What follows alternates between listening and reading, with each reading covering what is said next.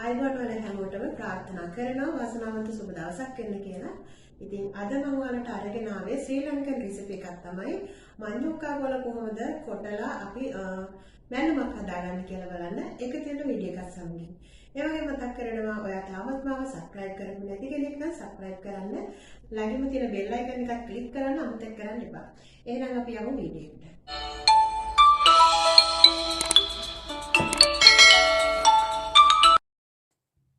ඉතින් මේ මඤ්ඤොක්කා කොළ මැල්ලුම හරිම ලේසියෙන් අපිට හදාගන්න පුළුවන්.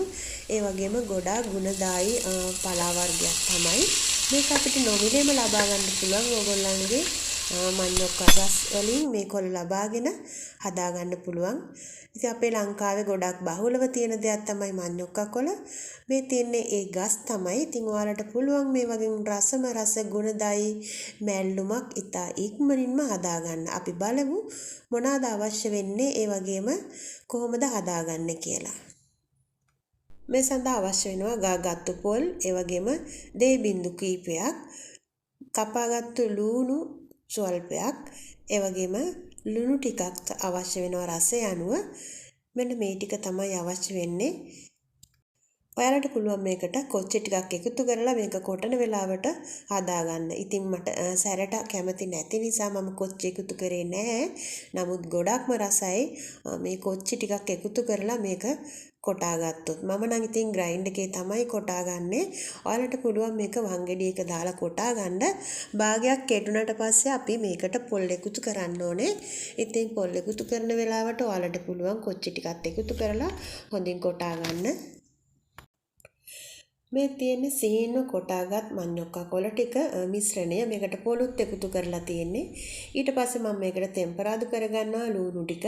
ඉතින් ඔයාලා කැමති නම් මේ වෙලාවේ කරපිංචා කොලයක් මේකට එකතු කරන්න පුළුවන්. ඒ වගේම අබෑට කීපයක් එකතු කරලා තවත් රස කරගන්න පුළුවන්.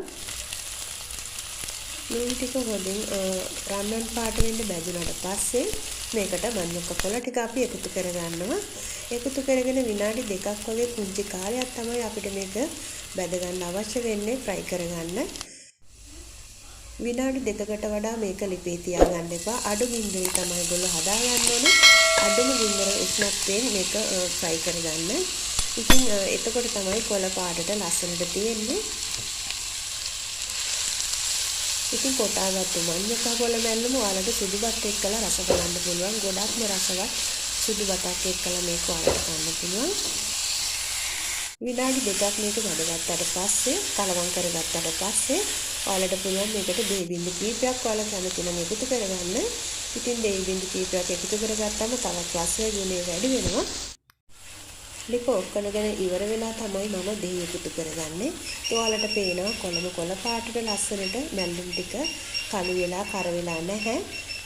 ප්‍රෙෂ් එකේම ලස්සනට තියෙනවා. ඉතින් පුංචිම වෙලාවක් තමයි මේක බදින්න අවශ්‍ය වෙන්නේ.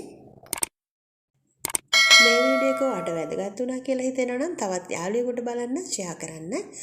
ඒ වගේම ඔයා මගේ channel එකට අලුත් කෙනෙක් නම් subscribe කරලා ළඟින්ම තියෙන bell සලකුණත් on කරලම තියාගන්න කියලා ආදරෙන් මතක් කරනවා ඔයාලට. රැඳී සිටියට ගොඩක් ස්තුතියි. හැමෝම තවත් රසබර වීඩියෝ එකකින් ගිහින් එන්නම්. Thank you for watching my video. God bless all my friends. See you next video. Bye bye.